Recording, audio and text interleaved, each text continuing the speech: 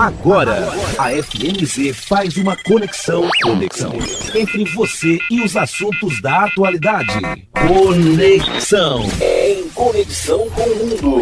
Em conexão com você. Conexão. Em conexão com o mundo. Em conexão com você. Programa Conexão. Apresentação e produção, Edésio Petterle. Trabalhos técnicos, Magno Nogueira. Olá, ouvinte da Rádio FMZ, bom dia! Estamos no ar com mais um programa Conexão. Neste mês de março, nosso programa é voltado para alguns exemplos de tantas mulheres que fazem a diferença na nossa região. E dando continuidade às nossas entrevistas, recebemos hoje Celina Januário Moreira, professora de História e atual diretora da Escola Estadual Fioravante Calimã. Seja bem-vinda ao programa Conexão, Celina. Bom dia, Edésio. Bom dia a todos os radiovintes. Eu que agradeço o convite de poder participar desse programa, principalmente falando sobre as mulheres, representar as mulheres. Que bom, Celina, ter você aqui para tratar desse assunto tão importante aí para a nossa sociedade. Agora nós vamos para um rápido intervalo e já voltamos com o programa Conexão. Conexão. Apresentação, Edésio Petterle. Estamos de volta aqui com o programa Conexão na Rádio FMZ e mais uma vez nesse mês de março, nossas entrevistas são voltadas para os exemplos de tantas mulheres que fazem a diferença aqui na região. A nossa convidada de hoje é Celina Januário Moreira, diretora da Escola Fioravante Calimã. Celina, nessa primeira pergunta, eu gostaria de saber onde você nasceu, o nome dos seus pais e como foi a sua infância. Edésio, eu sou filha de Alice Ferreira Moreira, Francisco Januário Moreira. Eu nasci em Alto Tapera e a minha família ela veio de Brejetuba em 1966. Nós somos em 7 filhos, eu sou a 7ª dessa família. E a minha infância, eu passei praticamente toda na Tapera, no lugar onde eu nasci. Nós moramos em 2 lugares na Tapera, na verdade, em Alto Tapera, e depois nós mudamos para a propriedade dos Delpupo, onde a minha família trabalhava para eles como colonos. E o que eu tenho que falar sobre a minha infância, eu resumo em uma palavra: felicidade. Celina, e os estudos? Como foi essa fase da vida, desde a educação básica até o ensino superior? Eu comecei a estudar com 6 anos de idade na escola onde hoje é o Domingos Perim. Na época se chamava Idalino Monteiro. Lá eu fui alfabetizada. Estudei também 1 ano na Liberal Zandonade e terminei a 4ª série na Escola Singular Mário Lorenzoni, onde hoje é a Igreja Nossa Senhora Auxiliadora, que fica às margens da BR-262. O ensino fundamental 2 e o ensino médio eu estudei na Escola Fioravante Calimã. E fiz o meu curso superior, em Cachoeiro, onde hoje é a São Camilo. Na época se chamava Faculdade de Filosofia, Madre Gertrudes de São José. Na época da Fioravante, eu tenho, muito boas lembranças nesse período aí que eu estudei de 86 até 89, pelo acolhimento que eu recebi da época do Sávio, que era o diretor, da Dé, que é a professora de Educação Física. Eu fui uma das atletas da Dé, comecei a fazer atletismo, nós tínhamos um grupo, a Dé, na verdade, ela tinha o grupo dela, que ela treinava o atletismo, o vôlei, e eu fazia parte do grupo de atletismo. E aí a minha especialização era 400 metros, 800 metros e o revezamento. Mas em especial os 800 metros, que são provas de meio fundo. E esse tempo foi um tempo que me direcionou para os estudos. Foi onde eu consegui superar obstáculos, dificuldades e descobri que era através dos estudos que eu poderia mudar a minha vida. Celina, como foi a sua trajetória profissional até aqui? Durante o ensino médio, Edésio, que aí, quando eu comecei a fazer o ensino médio, eu comecei a trabalhar. E aí eu comecei a estudar à noite, aqui na Escola Fioravante, e eu comecei a trabalhar como faxineira, como doméstica. Depois eu trabalhei 2 anos no supermercado Pagoto. E ainda antes de entrar na faculdade, eu fui trabalhar como camareira no Hotel Fazenda Monte Verde, que é o hotel do japonês que as pessoas conhecem lá em Castelinho. Lá eu fiquei 5 anos, que foi o período que eu entrei na faculdade, lá em Cachoeiro. E aí eu trabalhava lá durante o dia, à tarde eu ia para Cachoeiro, estudava e à noite voltava para Venda Nova no ônibus, né, que levava os estudantes. As dificuldades foram muitas, né, porque a minha família ela nunca teve condições financeiras para poder me ajudar, mas sempre me apoiaram muito, né, sempre tiveram muito carinho, me incentivaram muito. A minha mãe foi uma grande incentivadora. Então, se eu tenho que citar pessoas que me ajudaram, eu posso falar, em primeiro lugar, a minha mãe, que sempre acreditou, que sempre me incentivou muito nos estudos, a Dé e o Sávio, que foram assim, pessoas determinantes para poder me orientar e me ajudar, até eu conseguir me formar. E a minha trajetória é parecida com a da maioria das mulheres no Brasil, quando escolhem cuidar da sua própria vida, tem os seus enfrentamentos, eu tive os meus. E Celina, um dos trabalhos marcantes que você conduziu enquanto professora de história foi o livro, né? O seu livro que conta a história e as memórias do povo negro em Venda Nova do Imigrante. Fala um pouco mais sobre esse trabalho. Edésio, eu comecei a trabalhar como professora em 1996 na Escola do Caxixe, quando a escola fazia parte da rede estadual. Trabalhei lá 1 ano, depois de 97 para cá eu trabalhei no Fioravante, eu venho trabalhando no Fioravante e em outras escolas também. Trabalhei na Fundação, voltei para o Caxixe, né? Depois eu trabalhei numa escola em Cariacica, e mais assim, a maior parte do meu tempo aqui no Fioravante. E durante esse tempo eu fiz 2 especializações. Uma na História do Brasil, no Rio de Janeiro, e a segunda especialização na UFES. Nessa especialização da UFES, que falava sobre as relações étnico-raciais, foi onde que me despertou a necessidade de fazer alguma coisa para poder registrar a história da população negra em Venda Nova. Pelo fato de eu ter nascido aqui em Venda Nova, eu li vários livros. Eu lembro de quando o senhor Máximo Zandonadi ele escreveu os livros relacionados com as famílias italianas, e eu achei aquilo fantástico. Só que eu li aquele livro, mas eu não me encontrei ali, porque eu não estava falando da minha origem. E aí, quando eu estava já graduada e eu fiz História, e indo para essa especialização, eu vi que era um momento, então, de fazer alguma coisa, por uma questão mesmo de pertencimento, de identidade.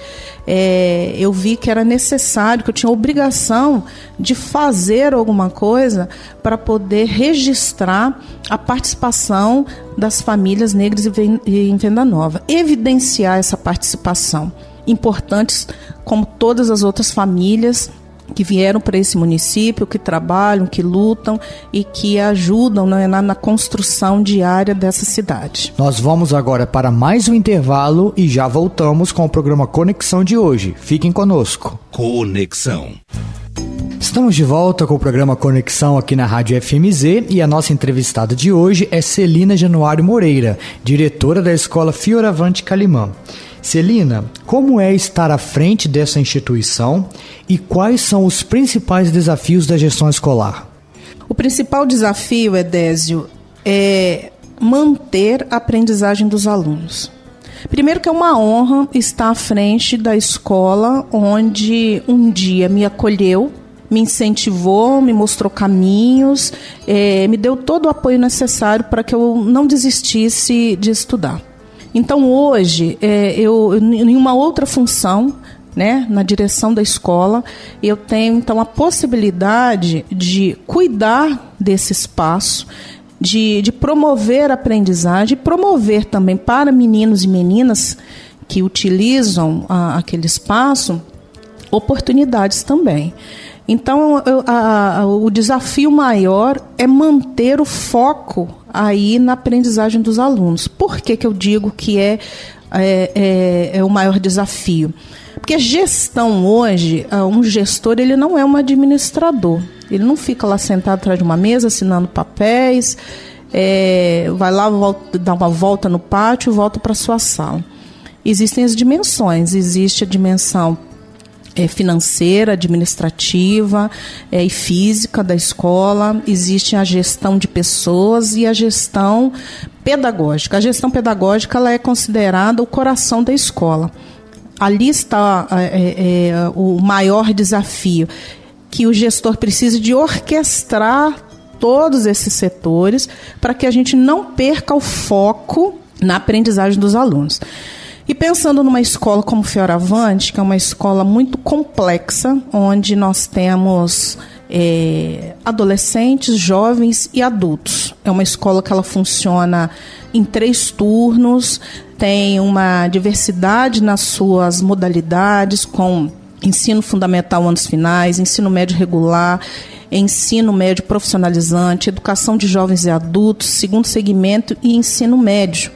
E temos hoje 1.331 alunos matriculados, 64 funcionários. Então, é uma escola muito complexa. O gestor ele precisa de estar muito antenado em toda essa diversidade, na sua comunidade escolar, precisa de ser bastante honesto, sincero nas suas colocações. Quando a gente vai fazer uma reunião, a gente precisa estar sempre falando a verdade, mostrando aquilo que é resultado da escola de uma forma verdadeira, não fazer falsas promessas, não apresentar para a comunidade dados falsos em relação ao resultado da escola. Por quê? Porque senão a gente perde a credibilidade. Então, o gestor ele precisa de todos os dias estar na escola com essa vontade de querer caminhar, com essa vontade de querer manter esse foco na aprendizagem dos alunos, olhando para os seus professores, distribuindo funções e acreditando também nas pessoas, porque a gente não trabalha sozinho, a gente tem uma equipe, a gente precisa de confiar nessa equipe. A gente precisa de valorizar cada pessoa que está dentro do espaço ali apoiando, os professores, as serventes, as merendeiras, secretária, vigilante, todos precisam de se sentir valorizados e responsáveis por essa aprendizagem. O que existe dentro de uma instituição, ela está ali para a aprendizagem do aluno. O aluno é o ponto principal dentro de uma escola. Então, é esse foco que nós não podemos perder. Celina, como você vê o papel e o lugar da mulher, em especial a mulher negra, na nossa sociedade? A mulher ela ocupa um papel de extrema importância em todas as profissões. Hoje, mais do que nunca, já está provado a capacidade da mulher administrar, gerenciar e mostrar resultados em todos os setores. Isso na educação, nas grandes empresas, como cientistas, pesquisadoras, como donas de casa, como domésticas, em todos os setores, né? Como garis, frentistas, enfim. São muitos exemplos que nós temos na sociedade em que as mulheres estão aí de igual para igual. Apesar de que a sociedade considera a mulher em segundo plano, nós estamos aí para mostrar que não. Além disso, eu posso colocar para você que a grande conquista da mulher atual é o poder de escolha, é decidir a sua própria vida. Hoje a mulher, através da sua independência financeira, ela pode decidir quando vai ter filhos, quantos vai ter, ou então simplesmente não ter. Ela é livre para poder escolher. E isso tudo só foi possível por causa da sua conquista financeira.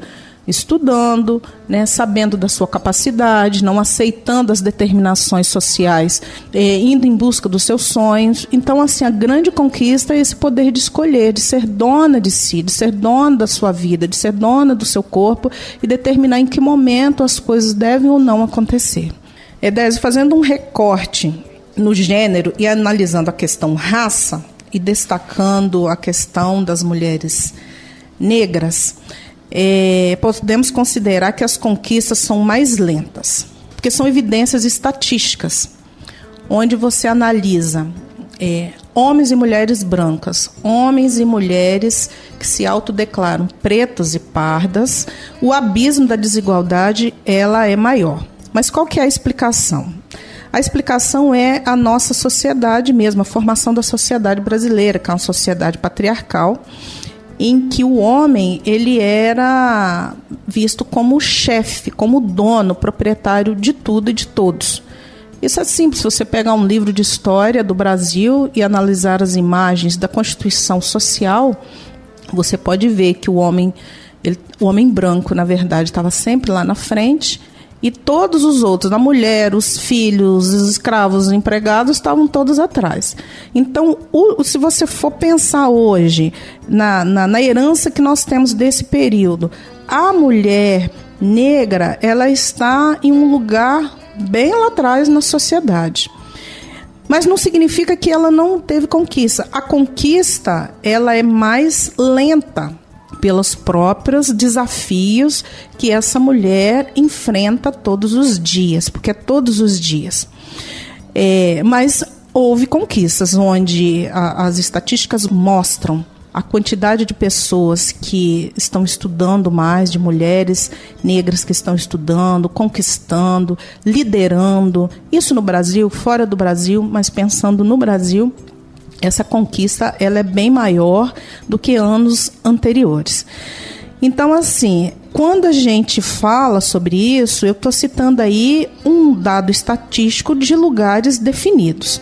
Mas grande parte dessas mulheres elas têm consciência, principalmente as mais novas, as mais jovens, que estão tendo um acesso muito maior à educação, elas têm um conhecimento e sabem da necessidade de estudar, de que as suas dificuldades são maiores, e a busca por essa conquista ela vem acontecendo num ritmo, logicamente, mais lento. E o que a gente precisa de pensar, que o fato da gente nascer como mulher e ser mulher preta, vamos colocar assim, não é uma sentença. É a essência. O que nós temos que descobrir é isso, e compreender é isso. Não é um fardo. Quando eu faço essas colocações de que a dificuldade da mulher negra, ela é diferente, né? Ela é maior do que outras mulheres de outras raças, não significa aqui que eu estou dizendo que a gente tem um fardo. Não é. É difícil, mas está na nossa essência. A gente vem observando através das meninas que vêm estudando, que elas têm muita consciência dessas dificuldades que existem, mas estão aí lutando, buscando, fazendo empreendimentos, se destacando dentro da sociedade. Mas por quê? Porque elas estão conquistando através da educação. Né? Mulheres talvez com uma idade mais avançadas, por ter ficado fora desse grupo de ir para a escola, de estudar, de poder se especializar, as dificuldades elas foram maiores, então a conquista ela foi muito menor. Hoje não, a gente pensar nos últimos 20 anos, podemos colocar assim, a inserção de mulheres negras na escola e ter conseguido uma formação é muito maior. E isso reflete, então, na sua conquista da sociedade. Nós vamos agora para mais um intervalo e já voltamos com o programa Conexão de hoje. Fiquem conosco. Conexão, em conexão com o mundo, em conexão com você. Estamos de volta com Conexão aqui na Rádio FMZ, entrevistando a diretora da Escola Fioravante, Celina. Celina, na sua opinião, qual a importância da mulher para a história de Venda Nova do Imigrante? É determinante, porque a mulher vendanovense, ela sempre exerceu múltiplas funções. De mãe, de trabalhadora, de religiosa, de educadora, de estar sempre à frente de tudo, tomando decisões, cuidando da casa, dos filhos. Na verdade, ela sempre ali esteve como um apoio determinante. Então, sempre esteve ali de igual para igual. Muitas trabalhando em casa, na roça, cuidando dos filhos, cuidando de tudo, para poder dar esse apoio para os filhos, para o marido, no trabalho.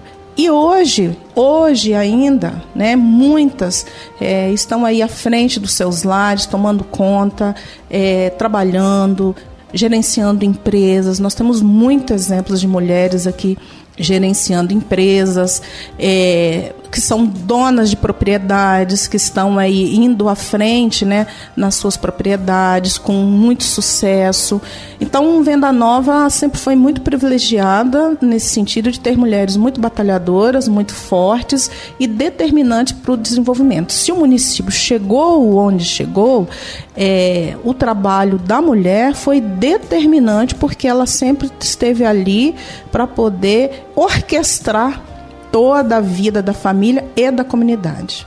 E de certa forma, Celina, esse papel da mulher de liderar, de conduzir a família, de conduzir os filhos, essa é uma realidade a nível de Brasil também, não é? Sim, Edésio. De acordo com os últimos dados, existem no Brasil 28,9 milhões de famílias que são chefiadas por mulheres. Desse quantitativo, 11,6 milhões são mães e elas são as únicas provedoras dos seus lares. São mulheres que trabalham como doméstica, babá, meeira, colonas e exercem assim, diversas funções e muitas vezes elas ficam na invisibilidade, elas não são destacadas, mas são mulheres que enfrentam dificuldades, né, esses 11,6 milhões, né, de mulheres que uma grande parte vivem aí abaixo da linha de pobreza, mas são mulheres que lutam todos os dias, que levantam muito cedo, que cuidam dos seus lares ou que vão trabalhar em outros lares, cuidando dos filhos de outras pessoas e muitas vezes não têm possibilidade de cuidar dos seus próprios filhos. Então, é um número muito expressivo de mulheres, mães, batalhadoras, que vivem sozinhas, que tomam conta dos seus filhos, das suas vidas, e que muitas vezes a gente não dá atenção para esse dado, né? Não são mulheres, esse grupo desses 11,6 milhões, não são mulheres que têm um destaque na sociedade, né, de uma ascensão social. Esse número é um número de mulheres que engrossa a sociedade aí brasileira, que passam muitas dificuldades, mas que estão ali firmes, cuidando das suas casas. Aqui em Venda Nova, eu quero dar um destaque para muitas mulheres que são colonas, que são meeiras, que são proprietárias, que trabalham sozinhas com seus filhos, cuidando, plantando tomate, cuidando das lavouras de café. São mulheres que daqui a uns dias vão estar na colheita do café, enfrentando frio, né, sol, trabalham como diaristas, que trabalham a dia na roça para trazer o sustento das suas famílias. Então, esses 11,6 milhões de mulheres fazem parte, essa camada da população faz parte desse grupo. E aqui em Venda Nova nós temos o nosso grupo, esse grupo de mulheres que representam, que estão dentro dessa estatística. Então eu quero fazer aqui um recorte, um destaque, parabenizar todas as mulheres, em especial a essas mães, a essas mulheres que estão aí chefiando seus lares com muita honra e com muita dignidade. Conexão. E assim nós encerramos o programa Conexão de hoje. Muito obrigado a você, ouvinte, que esteve sintonizado conosco aqui na Rádio FMZ. Obrigado à nossa convidada Celina, que compartilhou um pouco da sua história, um exemplo de mulher, de profissional aqui de Venda Nova do Imigrante. Obrigado, Celina, o programa foi muito bom com você. Eu que agradeço, Edésio, pela oportunidade, pela poder participar desse momento, desse mês dedicado às mulheres, de poder falar em nome de muitas mulheres que lutam, que trabalham, que chefiam as suas casas, cuidam das suas famílias, mas eu peço que todas pensem que nós não podemos deixar a nossa essência de lado, de ser mulher. Ser mulher é uma dádiva, é um prazer de você poder gerar vidas, de você cuidar da sociedade, mas nunca deixar de ser mulher, de ser você, de ter a sua essência sempre em primeiro lugar. Conexão. Em conexão com o mundo. Em conexão com você.